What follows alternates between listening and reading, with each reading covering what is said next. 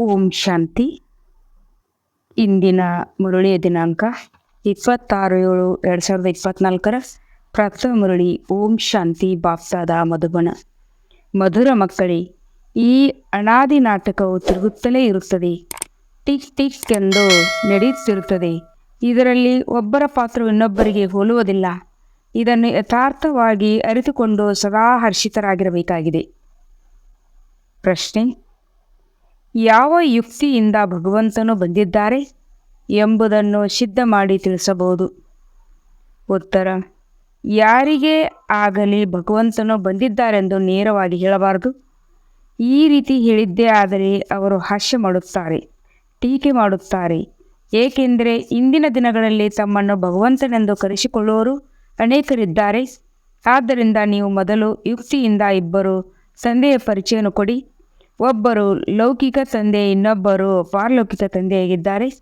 ಲೌಕಿಕ ತಂದೆಯಿಂದ ಮಿತವಾದ ಆಸ್ತಿಯು ಸಿಗುತ್ತದೆ, ಪಾರಲೌಕಿಕ ತಂದೆಯು ಅಪಾರವಾದ ಆಸ್ತಿಯನ್ನು ಕೊಡುತ್ತಾರೆ ಎಂದು ತಿಳಿಸಿದಾಗ ಅರ್ಥ ಮಾಡಿಕೊಳ್ಳುತ್ತಾರೆ. ಓಂ ಶಾಂತಿ. ಆತ್ಮಿಕ ತಂದೆಯು ಕುಳಿತು ಆತ್ಮಿಕ ಮಕ್ಕಳಿಗೆ ತಿಳಿಸುತ್ತಾರೆ, ಸೃಷ್ಟಿಯಂತೂ ಇದೇ ಆಗಿದೆ.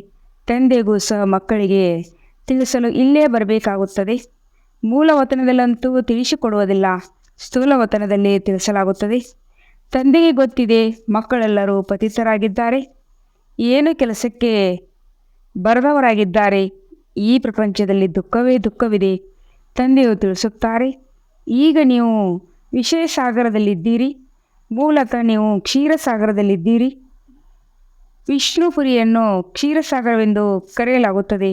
ಈಗ ಕ್ಷೀರಸಾಗರವಂತೂ ಇಲ್ಲಿ ಸಿಗಲು ಸಾಧ್ಯವಿಲ್ಲ. ಆದ್ದರಿಂದ ಅವರು ಅಲ್ಲಿ ಸರೋವರವನ್ನು ತೋರಿಸಿಬಿಟ್ಟಿದ್ದಾರೆ. ಸತ್ಯುಗದಲ್ಲಂತೂ ಹಾಲು ತುಪ್ಪದ ನದಿಗಳು ಹರಿಯುತ್ತಿದ್ದವು ಎಂದು ಹೇಳುತ್ತಾರೆ. ಅಲ್ಲಿನ ಹಸುಗಳು ಸಹ ಬಹಳ ಸುಂದರ ಮತ್ತು ಪ್ರಸಿದ್ಧವಾಗಿವೆ. ಇಲ್ಲಂತೂ ಮನುಷ್ಯರು ಸಹ ರೋಗಿಗಳಾಗಿಬಿಡುತ್ತಾರೆ. ಆದರೆ ಸತ್ಯಯುಗದಲ್ಲಿ ಹಸುಗಳಿಗೂ ಸಹ ಎಂದೂ ರೋಗ ಬರುವುದಿಲ್ಲ, ಬಹಳ ಚೆನ್ನಾಗಿರುತ್ತವೆ. ಪ್ರಾಣಿಗಳು ಸಹ ರೋಗಿಯಾಗುವುದಿಲ್ಲ. ಇಲ್ಲಿ ಮತ್ತೆ ಅಲ್ಲಿಗೆ ಬಹಳ ವ್ಯತ್ಯಾಸವಿದೆ. ಇದನ್ನು ತಂದೆಯೇ ಬಂದು ತಿಳಿಸುತ್ತಾರೆ. ಪ್ರಪಂಚದಲ್ಲಿ ಅದನ್ನು ಮತ್ತಾರು ತಿಳಿದುಕೊಂಡಿಲ್ಲ. ನಿಮಗೆ ಗೊತ್ತಿದೆ, ಇದು ಪುರುಷೋತ್ತಮ ಸಂಗಮಯುಗವಾಗಿದೆ. ಈಗಲೇ ತಂದೆಯು ಬರುತ್ತಾರೆ, ಎಲ್ಲರನ್ನು ಹಿಂತಿರುಗಿ ಕರೆದುಕೊಂಡು ಹೋಗುತ್ತಾರೆ. ತಂದೆಯು ತಿಳಿಸುತ್ತಾರೆ, ಯಾರೆಲ್ಲ ಮಕ್ಕಳಿದ್ದಾರೆಯೋ ಕೆಲವರು ಅಲ್ಲಾ ಎಂದು, ಕೆಲವರು ಗಾಡ್ ಎಂದು, ಕೆಲವರು ಭಗವಂತನೆಂದು ಕರೆಯುತ್ತಾರೆ. ನನಗೆ ಬಹಳ ಹೆಸರುಗಳನ್ನು ಇಟ್ಟುಬಿಟ್ಟಿದ್ದಾರೆ. ಒಳ್ಳೆಯದು ಕೆಟ್ಟದ್ದು ಏನು ಬಂದರೆ ಆ ಹೆಸರನ್ನು ಇಟ್ಟು ಬಿಡುತ್ತಾರೆ. ಈಗ ನೀವು ಮಕ್ಕಳಿಗೆ ಗೊತ್ತಿದೆ, ತಂದೆಯು ಬಂದಿದ್ದಾರೆ. ಆದರೆ ಪ್ರಪಂಚದವರಂತೂ ಇದನ್ನು ತಿಳಿದುಕೊಂಡಿಲ್ಲ. ಯಾರು 5,000 ವರ್ಷಗಳ ಮೊದಲು ತಿಳಿದುಕೊಂಡಿದ್ದಾರೆಯೋ ಅವರೇ ಈಗಲೂ ತಿಳಿದುಕೊಳ್ಳುತ್ತಾರೆ. ಆದ್ದರಿಂದ ಗಾಯನವಿದೆ, ನನ್ನನ್ನು ಕೋಟಿಯಲ್ಲಿ ಕೆಲವರು, ಕೆಲವರಲ್ಲಿಯೂ ಕೆಲವರೇ ಅರಿತುಕೊಳ್ಳುತ್ತಾರೆ. ನಾನು ಯಾರಾಗಿದ್ದೇನೆ, ಹೇಗಿದ್ದೇನೆ, ಮಕ್ಕಳಿಗೆ ಏನು ಕಲಿಸುತ್ತೇನೆಂದು ನೀವು ಮಕ್ಕಳಿಗೆ ಗೊತ್ತಿದೆ, ಮತ್ತಾರು ತಿಳಿಯಲು ಸಾಧ್ಯವಿಲ್ಲ. ಇದೂ ಸಹ ನಿಮಗೆ ಗೊತ್ತಿದೆ. ನಾವು ಯಾವುದೇ ಸಾಕಾರ ತಂದೆಯಿಂದ ಓದುವುದಿಲ್ಲ, ನಿರಾಕಾರ ಓದಿಸುತ್ತಾರೆ. ಇದರಲ್ಲಿ ಮನುಷ್ಯರು ನಿರಾಕಾರ ತಂದೆಯ ಮೇಲಿರುತ್ತಾರೆ. ಇದರಲ್ಲಿ ಮನುಷ್ಯರು ನಿರಾಕಾರ ತಂದೆಯು ಮೇಲಿರುತ್ತಾರೆ. ಅವರು ಹೇಗೆ ಓದಿಸುತ್ತಾರೆಂದು ಖಂಡಿತ ತಬ್ಬಿಬ್ಬಾಗುತ್ತಾರೆ. ನೀವು ನಿರಾಕಾರ ಆತ್ಮಗಳು ಸಹ ಮೇಲಿರುತ್ತೀರಿ. ನಂತರ ಈ ಭೃಕುಟಿ ಸಿಂಹಾಸನದಲ್ಲಿ ಬರುತ್ತೀರಿ. ಈ ಸಿಂಹಾಸನವು ವಿನಾಶಿಯಾಗಿದೆ. ಆತ್ಮವು ಅಕಾಲವಾಗಿದೆ, ಅದೆಂದೂ ಮೃತ್ಯುವನ್ನು ಹೊಂದುವುದಿಲ್ಲ. ಶರೀರಕ್ಕೆ ಮೃತ್ಯುವು ಬರುತ್ತದೆ. ಇದು ಚೈತನ್ಯ ಸಿಂಹಾಸನವಾಗಿದೆ. ಅಮೃತಸರದಲ್ಲಿಯೂ ಸಹ ಅಕಾಲ ಸಿಂಹಾಸನ ಇದೆಯಲ್ಲವೇ, ಅದು ಮರದ ಸಿಂಹಾಸನವಾಗಿದೆ. ಅಕಾಲವು ಆತ್ಮವಾಗಿದೆ, ಅದನ್ನು ಎಂದೂ ಕಾಲವು ಕಬಳಿಸುವುದಿಲ್ಲವೆಂದು ಪಾಪ ಆ ಮನುಷ್ಯರಿಗೆ ಗೊತ್ತೇ ಇಲ್ಲ. ಅಕಾಲ ಮೃತ್ಯು ಆತ್ಮವು ಒಂದು ಶರೀರವನ್ನು ಬಿಟ್ಟು ಇನ್ನೊಂದನ್ನು ತೆಗೆದುಕೊಳ್ಳುತ್ತದೆ. ಅದಕ್ಕೆ ರಥವಂತೂ ಬೇಕಲ್ಲವೇ? ಹಾಗೆ ನಿರಾಕಾರ ತಂದೆಗೂ ಸಹ ಅವಶ್ಯವಾಗಿ ಮನುಷ್ಯನ ರಥ ಬೇಕು. ಏಕೆಂದರೆ ತಂದೆಯು ಜ್ಞಾನಸಾಗರ, ಜ್ಞಾನೇಶ್ವರನಾಗಿದ್ದಾರೆ. ಈಗ ಜ್ಞಾನೇಶ್ವರ ಎಂಬ ಹೆಸರಂತೂ ಅನೇಕರಿಗಿದೆ. ತಮ್ಮನ್ನು ಈಶ್ವರನೆಂದು ತಿಳಿಯುತ್ತಿರಲ್ಲವೇ? ಭಕ್ತಿಯ ಶಾಸ್ತ್ರಗಳು ಮಾತುಗಳನ್ನು ತಿಳಿಸುತ್ತಾರೆ. ಜ್ಞಾನೇಶ್ವರ ಅರ್ಥಾತ್ ಜ್ಞಾನವನ್ನು ಕೊಡುವ ಈಶ್ವರನೆಂದು ಹೆಸರಿಟ್ಟುಕೊಳ್ಳುತ್ತಾರೆ.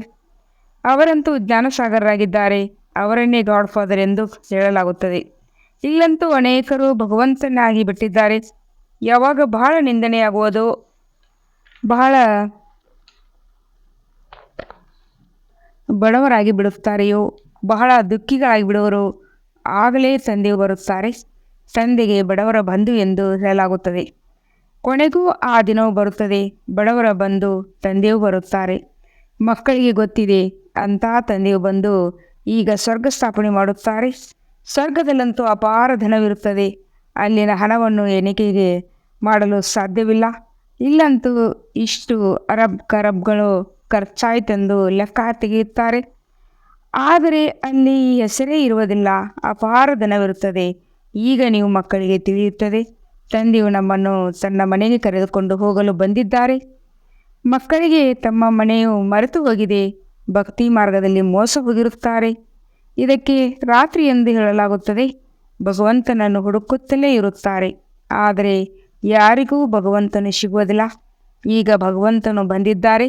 ಇದು ಸಹ ನೀವು ಮಕ್ಕಳಿಗೆ ಗೊತ್ತಿದೆ, ನಿಶ್ಚಯವಿದೆ, ಎಲ್ಲರಿಗೂ ಪಕ್ಕಾ ನಿಶ್ಚಯವಿದೆಯಲ್ಲ, ಎಲ್ಲರಿಗೂ ಪಕ್ಕಾ ನಿಶ್ಚಯವಿದೆ ಎಂದಲ್ಲ. ಕೆಲವೊಂದು ಸಮಯದಲ್ಲಿ ಮಾಯವು ಮರೆಸಿಬಿಡುತ್ತದೆ. ಆದ್ದರಿಂದಲೇ ತಂದೆ ತಿಳಿಸುತ್ತಾರೆ, ಆಶ್ಚರ್ಯವಾಗಿ ನನ್ನನ್ನು ನೋಡುತ್ತಾರೆ, ನನ್ನವರಾಗುತ್ತಾರೆ. ಅನ್ಯರಿಗೂ ಈ ಜ್ಞಾನವನ್ನು ತಿಳಿಸುತ್ತಾರೆ. ಓಹೋ ಮಾಯೆ, ನೀನೆಷ್ಟು ಶಕ್ತಿಶಾಲಿಯಾಗಿದ್ದೀಯೇ, ಅಂಥವರನ್ನು ಸಹ ಮರೆಸಿಬಿಡುತ್ತೀಯಾ. ಅನೇಕರು ಓಡಿ ಹೋಗುತ್ತಾರೆ, ವಿಚ್ಛೇದನವನ್ನು ಕೊಟ್ಟು ಬಿಡುತ್ತಾರೆ. ಅಂಥವರು ಎಲ್ಲಿಗೆ ಹೋಗಿ ಜನ್ಮ ಪಡೆಯುತ್ತಾರೆ? ಬಹಳ ಹಗುರ ಅರ್ಥಾತ್ ಸಾಧಾರಣ ಜನ್ಮವನ್ನು ಪಡೆಯುತ್ತಾರೆ. ಪರೀಕ್ಷೆಯಲ್ಲಿ ಅನುತ್ತೀರ್ಣರಾಗುತ್ತಾರೆ. ಇದು ಮನುಷ್ಯರಿಂದ ದೇವತೆಗಳಾಗುವ ಪರೀಕ್ಷೆಯಾಗಿದೆ. ತಂದೆಯು ಎಲ್ಲರನ್ನೂ ನಾರಾಯಣನಾಗಿ ಮಾಡುತ್ತಾರೆಂದು ಹೇಳುವುದಿಲ್ಲ, ಎಲ್ಲರೂ ನಾರಾಯಣನೇ ಆಗುತ್ತಾರೆಂದು ಹೇಳುವುದಿಲ್ಲ. ಯಾರು ಒಳ್ಳೆಯ ಪುರುಷಾರ್ಥ ಮಾಡುವರೋ ಅವರು ಒಳ್ಳೆಯ ಪದವಿಯನ್ನೇ ಪಡೆಯುತ್ತಾರೆ. ಯಾರು ಒಳ್ಳೆಯ ಪುರುಷಾರ್ಥಿಗಳಾಗಿದ್ದಾರೆ, ಅನ್ಯರನ್ನು ಮನುಷ್ಯರಿಂದ ದೇವತೆಗಳಾಗುವ ಪುರುಷಾರ್ಥ ಮಾಡಿಸುತ್ತಾರೆ. ಅರ್ಥಾತ್ ತಂದೆಯ ಪರಿಚಯವನ್ನು ಕೊಡುತ್ತಾರೆಂದು ತಂದೆಗೂ ತಿಳಿಯುತ್ತದೆ. ಇತ್ತೀಚಿನ ದಿನಗಳಲ್ಲಿ ಇದಕ್ಕೆ ವಿರುದ್ಧವಾಗಿ ಎಷ್ಟು ಮನುಷ್ಯರು ತಮ್ಮನ್ನೇ ಭಗವಂತನೆಂದು ಹೇಳಿಕೊಳ್ಳುತ್ತಾರೆ, ನಿಮ್ಮನ್ನು ಅಬಲೆಯರೆಂದು ತಿಳಿಯುತ್ತಾರೆ. ಈಗ ಅವರಿಗೆ ಹೇಗೆ ತಿಳಿಸುವುದು ಭಗವಂತ ಬಂದಿದ್ದಾನೆ ಎಂದು? ನೇರವಾಗಿ ಯಾರಿಗಾದರೂ ಭಗವಂತ ಬಂದಿದ್ದಾನೆ ಎಂದು ಹೇಳಿದರೆ ಅವರು ಹಾಗೆಯೇ ಎಂದೂ ಒಪ್ಪುವುದಿಲ್ಲ. ಆದ್ದರಿಂದ ತಿಳಿಸುವುದಕ್ಕೂ ಯುಕ್ತಿ ಬೇಕು. ಯಾರಿಗೂ ನೇರವಾಗಿ ಭಗವಂತನು ಬಂದಿದ್ದಾರೆಂದು ಹೇಳಬಾರದು. ಅವರಿಗೆ ತಿಳಿಸಬೇಕು, ನಿಮಗೆ ಇಬ್ಬರು ತಂದೆಯರಿದ್ದಾರೆ, ಒಬ್ಬ ಪಾರಲೌಕಿಕ ತಂದೆ, ಒಬ್ಬ ಬೇಹದ್ದಿನ ತಂದೆ, ಇನ್ನೊಬ್ಬರು ಲೌಕಿಕ ತಂದೆ. ಬಹಳ ಚೆನ್ನಾಗಿ ಪರಿಚಯ ಕೊಡಬೇಕು. ಇದರಿಂದ ಇವರು ಹೇಳುವುದು ಸರಿ ಎಂದು ಅವರಿಗೆ ಅರ್ಥವಾಗಬೇಕು. ಬೇಹದ್ದಿನ ತಂದೆಯಿಂದ ಹೇಗೆ ಆಸ್ತಿ ಸಿಗುವುದೆಂದು ಯಾರಿಗೂ ಗೊತ್ತಿಲ್ಲ. ಆಸ್ತಿ ಸಿಗುವುದೇ ತಂದೆಯಿಂದ. ಮನುಷ್ಯರಿಗೆ ಇಬ್ಬರು ತಂದೆಯವರುತ್ತಾರೆಂದು ಮತ್ತಾರೂ ಇದನ್ನು ತಿಳಿಸುವುದಿಲ್ಲ. ನೀವು ಇದನ್ನು ಸಿದ್ಧ ಮಾಡಿ ಹೇಳಬಹುದು. ಹದ್ದಿನ ಲೌಕಿಕ ತಂದೆಯಿಂದ ಹದ್ದಿನ ಆಸ್ತಿ ಮತ್ತು ಪಾರಲೌಕಿಕ ಬೃಹದ್ದಿನ ತಂದೆಯಿಂದ ಬೇಹದ್ದಿನ ಅರ್ಥಾತ್ ಹೊಸ ಪ್ರಪಂಚದ ಆಸ್ತಿ ಸಿಗುತ್ತದೆ. ಹೊಸ ಪ್ರಪಂಚವು ಸ್ವರ್ಗವಾಗಿದೆ. ಯಾವಾಗ ತಂದೆಯು ಬರುತ್ತಾರೆಯೋ ಆಗಲೇ ಬಂದು ಆ ಆಸ್ತಿಯನ್ನು ಕೊಡುತ್ತಾರೆ. ಅವರು ಹೊಸ ಸೃಷ್ಟಿಯ ರಚನೆಯನ್ನು ಮಾಡುವ ರಚಯಿತನಾಗಿದ್ದಾರೆ. ಕೇವಲ ನೀವು ಭಗವಂತನು ಬಂದಿದ್ದಾರೆಂದು ಹೇಳಿದ್ದೇ ಆದರೆ ಅವರು ಎಂದೂ ನಂಬೋದಿಲ್ಲ. ಇನ್ನೂ ಟೀಕೆ ಮಾಡುತ್ತಾರೆ, ಕೇಳುವುದೇ ಇಲ್ಲ. ಸತ್ಯುಗದಲ್ಲಂತೂ ತಿಳಿಸಲಾಗುವುದಿಲ್ಲ. ಯಾವಾಗ ತಂದೆಯು ಬಂದು ಶಿಕ್ಷಣ ಕೊಡುತ್ತಾರೆಯೋ ಆಗಲೇ ತಿಳಿಸಲಾಗುತ್ತದೆ. ದುಃಖದಲ್ಲಿ ಎಲ್ಲರೂ ಸ್ಮರಿಸುತ್ತಾರೆ, ಸುಖದಲ್ಲಿ ಯಾರೂ ಸ್ಮರಿಸುವುದಿಲ್ಲ. ಆದ್ದರಿಂದ ಆ ಪಾರಲೌಕಿಕ ತಂದೆಗೆ ದುಃಖ ಅರ್ಥ ಸುಖಕರ್ತಾನೆಂದು ಹೇಳಲಾಗುತ್ತದೆ. ದುಃಖದಿಂದ ಬಿಡಿಸಿ ಮಾರ್ಗದರ್ಶಕನಾಗಿ ತಮ್ಮ ಮಧುರ ಮನೆಗೆ ಕರೆದುಕೊಂಡು ಹೋಗುತ್ತಾರೆ. ಅದಕ್ಕೆ ಮಧುರ ಶಾಂತಿಯ ಮನೆ ಎಂದು ಹೇಳುತ್ತಾರೆ. ಅಲ್ಲಿಗೆ ನಾವು ಹೇಗೆ ಹೋಗುವುದೆಂದು ಯಾರಿಗೂ ಗೊತ್ತಿಲ್ಲ. ಮನುಷ್ಯರು ರಚಯಿತನಾಗಲಿ ರಚನೆಯ ಆದಿ ಮಧ್ಯ ಅಂತ್ಯವನ್ನಾಗಲಿ ತಿಳಿದುಕೊಂಡಿಲ್ಲ. ನಮ್ಮನ್ನು ತಂದೆಯು ನಿರ್ವಾಣಧಾಮದಲ್ಲಿ ಕರೆದುಕೊಂಡು ಹೋಗಲು ಬಂದಿದ್ದಾರೆ. ಎಲ್ಲ ಆತ್ಮಗಳನ್ನು ಕರೆದುಕೊಂಡು ಹೋಗುತ್ತಾರೆ, ಒಬ್ಬರನ್ನು ಬಿಡುವುದಿಲ್ಲ. ಅದು ಆತ್ಮಗಳ ಮನೆಯಾಗಿದೆ, ಇದು ಶರೀರದ ಮನೆಯಾಗಿದೆ ಅಂದಾಗ ಮೊಟ್ಟ ಮೊದಲು ತಂದೆಯ ಪರಿಚಯ ಕೊಡಬೇಕು. ಅವರು ನಿರಾಕಾರ ತಂದೆಯಾಗಿದ್ದಾರೆ. ಅವರನ್ನು ಪರಂಪಿತ ಎಂದು ಹೇಳುತ್ತಾರೆ. ಪರಂಪಿತ ಎಂಬ ಶಬ್ದವು ಸರಿಯಾಗಿದೆ ಮತ್ತು ಮಧುರವಾಗಿದೆ. ಕೇವಲ ಭಗವಂತ ಈಶ್ವರ ಎಂದು ಹೇಳುವುದರಿಂದ ಆಸ್ತಿಯ ರುಚಿಯು ಬರುವುದಿಲ್ಲ. ನೀವು ಪರಂಪಿತನನ್ನು ನೆನಪು ಮಾಡುತ್ತೀರೆಂದರೆ ಆಸ್ತಿಯು ಸಿಗುತ್ತದೆ. ತಂದೆಯಾಗಿದ್ದಿರಲ್ಲವೇ ಇದೂ ಸಹ ಮಕ್ಕಳಿಗೆ ತಿಳಿಸಲಾಗಿದೆ. ಸತ್ಯಯುಗವು ಸುಖಧಾಮವಾಗಿದೆ, ಸ್ವರ್ಗಕ್ಕೆ ಶಾಂತಿಧಾಮ ಎಂದು ಹೇಳುವುದಿಲ್ಲ. ಶಾಂತಿಧಾಮ ಎಂದರೆ ಎಲ್ಲಿ ಆತ್ಮಗಳಿರುತ್ತಾರೆ. ಇದನ್ನು ಸಂಪೂರ್ಣ ಪಕ್ಕ ಮಾಡಿಸಿ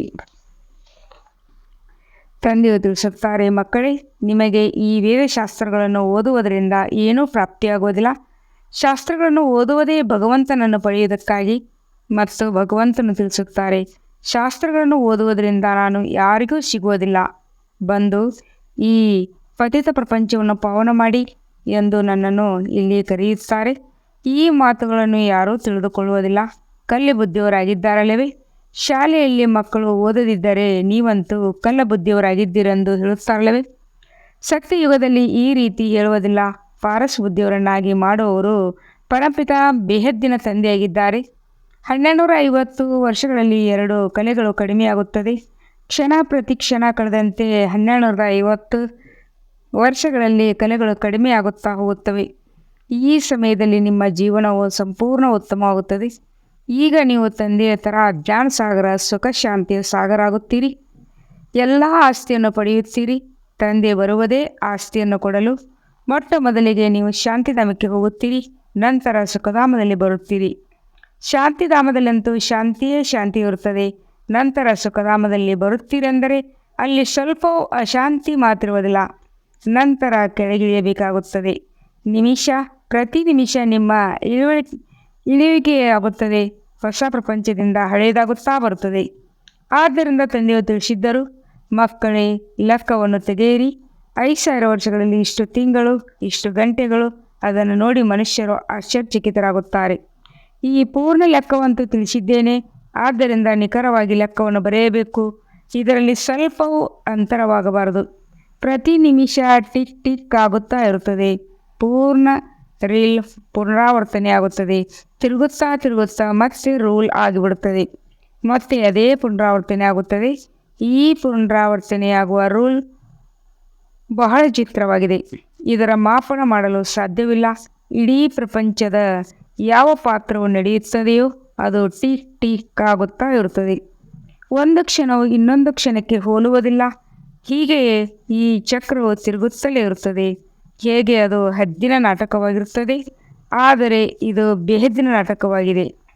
ಇದು ಅವಿನಾಶಿ ನಾಟಕವೆಂದು ಮೊದಲು ನಿಮಗೆ ಗೊತ್ತಿರಲಿಲ್ಲ. ಮಾಡಲ್ಪಟ್ಟಿರುತ್ತದೆ, ಪುನಃ ಮಾಡಲ್ಪಡುತ್ತದೆ. ಏನಾಗಬೇಕಾಗಿದೆಯೋ ಅದು ಆಗುತ್ತದೆ. ಹೊಸ ಮಾತಿಲ್ಲ. ಅನೇಕ ಬಾರಿ ಕ್ಷಣ ಪ್ರತಿ ಕ್ಷಣ ಈ ನಾಟಕವು ಪುನರಾವರ್ತನೆ ಆಗುತ್ತಾ ಬಂದಿದೆ. ಮತ್ಯಾರು ಈ ಮಾತುಗಳನ್ನು ತಿಳಿಸಲು ಸಾಧ್ಯವಿಲ್ಲ. ಮೊಟ್ಟ ಮೊದಲಂತೂ ಈ ಮಾತುಗಳನ್ನು ತಿಳಿಸಬೇಕು. ಬೇಹದ್ದಿನ ತಂದೆಯು ಬೇಹದ್ದಿನ ಆಸ್ತಿಯನ್ನು ಕೊಡುತ್ತಾರೆ. ಅವರ ಹೆಸರು ಒಂದೇ ಆಗಿದೆ, ಶಿವ. ತಂದೆಯು ತಿಳಿಸುತ್ತಾರೆ, ಯಾವಾಗ ಅತಿ ಧರ್ಮ ಗ್ಲಾನಿಯಾಗುವುದೋ ಆಗಲೇ ನಾನು ಬರುತ್ತೇನೆ. ಇದಕ್ಕೆ ಘೋರ ಕಲಿಯುಗವೆಂದು ಹೇಳಲಾಗುತ್ತದೆ. ಇಲ್ಲಿ ಬಹಳ ದುಃಖವಿದೆ. ಇಂಥ ಘೋರ ಕಲಿಯುಗದಲ್ಲಿ ನಾವು ಪವಿತ್ರರಾಗಲು ಹೇಗೆ ಸಾಧ್ಯವೆಂದು ಕೆಲವರು ಕೇಳುತ್ತಾರೆ.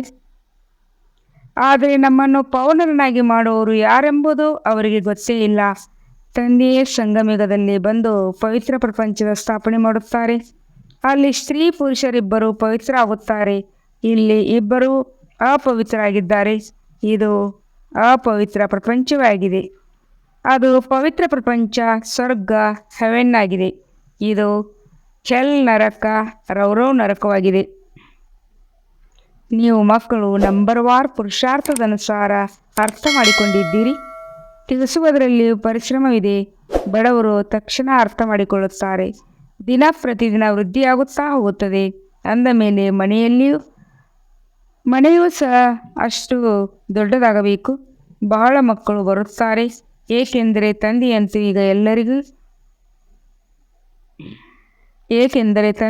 ಈಗ ಎಲ್ಲಿಗೂ ಹೋಗೋದಿಲ್ಲ. ಮೊದಲು ಯಾರಿಗೂ ಹೇಳದೆ ಬಾಬಾರವರು ತಾವೇ ಹೊರಟು ಹೋಗುತ್ತಿದ್ದರು.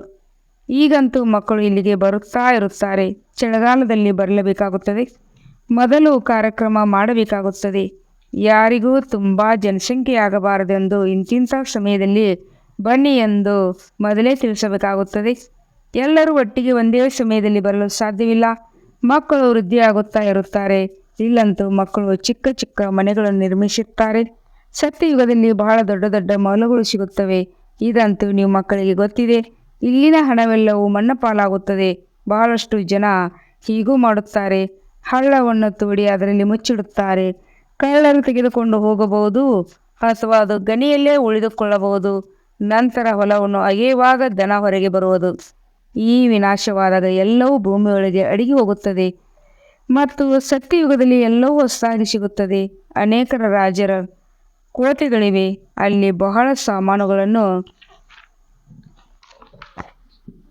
ಮುಚ್ಚಿಟ್ಟಿದ್ದಾರೆ. ದೊಡ್ಡ ದೊಡ್ಡ ವಜ್ರಗಳು ಸಿಗುತ್ತವೆ. ಅದು 1000 ಲಕ್ಷಾಂತರಗಳಷ್ಟು ಬಹಳ ಲಾಭವಾಗುತ್ತದೆ. ಆದರೆ ನೀವು ಸ್ವರ್ಗದಲ್ಲಿ ತೋಡಿ ಇಂಥ ವಜ್ರ ರತ್ನಗಳನ್ನೇ ತೆಗೆಯುತ್ತೀರೆಂದಲ್ಲ.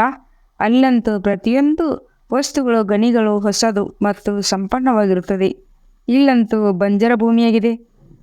ಆದ್ದರಿಂದ ಮನೆಯಲ್ಲಿ ಸಾರಾಂಶವೇ ಇಲ್ಲ. ಬೀಜವನ್ನು ಬಿತ್ತುತ್ತಾರೆಂದರೆ ಅದರಲ್ಲಿ ಶಕ್ತಿಯೇ ಇಲ್ಲ. ಕೊಳಕು ಅಶುದ್ಧ ಕೃತಕ ಗೊಬ್ಬರಗಳನ್ನು ಹಾಕುತ್ತಾರೆ. ಸತ್ಯುಗದಲ್ಲಿ ಅಶುದ್ಧ ಪದಾರ್ಥಗಳ ಹೆಸರು ಇರುವುದಿಲ್ಲ. ಪ್ರತಿಯೊಂದು ವಸ್ತು ಹೊಸದಾಗಿರುತ್ತದೆ. ಸ್ವರ್ಗದ ಸಾಕ್ಷಾತ್ಕಾರವೂ ಸಹ ಮಕ್ಕಳು ನೋಡಿಕೊಂಡು ಬರುತ್ತಾರೆ. ಅಲ್ಲಿನ ಸೌಂದರ್ಯವೇ ಸ್ವಾಭಾವಿಕವಾಗಿರುತ್ತದೆ. ಈಗ ನೀವು ಮಕ್ಕಳು ಅಂಥ ಪ್ರಪಂಚದಲ್ಲಿ ಹೋಗುವ ಪುರುಷಾರ್ಥ ಮಾಡುತ್ತಿದ್ದೀರಿ, ಒಳ್ಳೆಯದು. ಮಧುರಾತಿ ಮಧುರಾಗಲಿ ಮರಳಿ ಸಿಕ್ಕಿರುವಂಥ ಮಕ್ಕಳ ಪ್ರತಿ ಮಾತ್ಪಿತಾ ಬಾಪ್ತದರ ನೆನಪು, ಪ್ರೀತಿ ಹಾಗೂ ಸುಪ್ರಭಾತ. ಆತ್ಮೀಯ ಮಕ್ಕಳಿಗೆ ಆತ್ಮಿಕ ತಂದೆಗೆ ನಮಸ್ತೆ. हम रूहानी बच्चों की रूहानी बाप दादा को यादगार और गुड मॉर्निंग और नमस्ते नमस्ते नमस्ते. शुक्रिया बाबा, शुक्रिया शुक्रिया बाबಾ, ಶುಕ್ರಿಯಾ. ಧಾರಣೆಗಾಗಿ ಮುಖ್ಯ ಸಾರ. 1ನೇ ಪಾಯಿಂಟ್. ಈ ಸಮಯದಲ್ಲಿಯೇ ತಂದೆಯ ಸಮಾನ ಸಂಪೂರ್ಣರಾಗಿ ಪೂರ್ಣ ಆಸ್ತಿಯನ್ನು ತೆಗೆದುಕೊಳ್ಳಬೇಕಾಗಿದೆ. ತಂದೆಯು ಎಲ್ಲ ಶಿಕ್ಷಣಗಳನ್ನು ಸ್ವಯಂನಲ್ಲಿ ಧಾರಣೆ ಮಾಡಿಕೊಂಡು ಅವರ ಸಮಾನ ಜ್ಞಾನ ಸಾಗರ, ಶಾಂತಿ ಸುಖದ ಸಾಗರ ಆಗಬೇಕು. 2ನೇ ಪಾಯಿಂಟ್.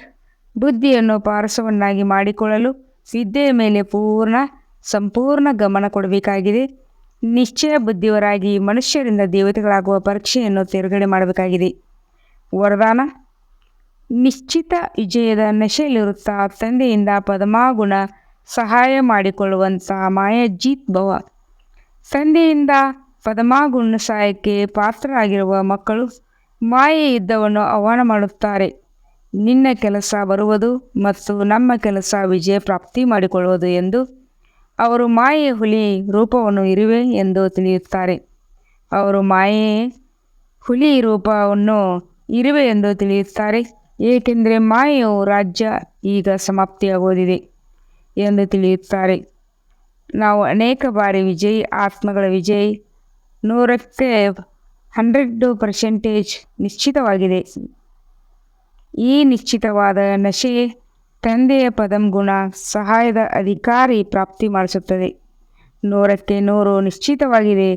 ಈ ನಿಶ್ಚಿತದ ನಶೆ ತಂದೆಯ ಪದಂ ಗುಣದ ಸಹಾಯದ ಅಧಿಕಾರಿ ಪ್ರಾಪ್ತಿ ಮಾಡಿಸುತ್ತದೆ. ಇದೇ ನಶೆಯಿಂದ ಸಹಜವಾಗಿ ಮಾಯಾಜೀತರಾಗಿ ಬಿಡುವಿರಿ. ಸ್ಲೋಗನ್. ಸಂಕಲ್ಪ ಶಕ್ತಿಯನ್ನು ಜಮಾ ಮಾಡಿಕೊಂಡು ಸ್ವಯಂನ ಪ್ರತಿ ಹಾಗೂ ವಿಶ್ವದ ಪ್ರತಿ ಇದರ ಪ್ರಯೋಗ ಮಾಡಿ. ಸಂಕಲ್ಪ ಶಕ್ತಿಯನ್ನು ಜಮಾ ಮಾಡಿಕೊಂಡು ಸ್ವಯಂನ ಪ್ರತಿ ಹಾಗೂ ವಿಶ್ವದ ಪ್ರತಿ ಇದರ ಪ್ರಯೋಗ ಮಾಡಿ. ಓಂ ಶಾಂತಿ.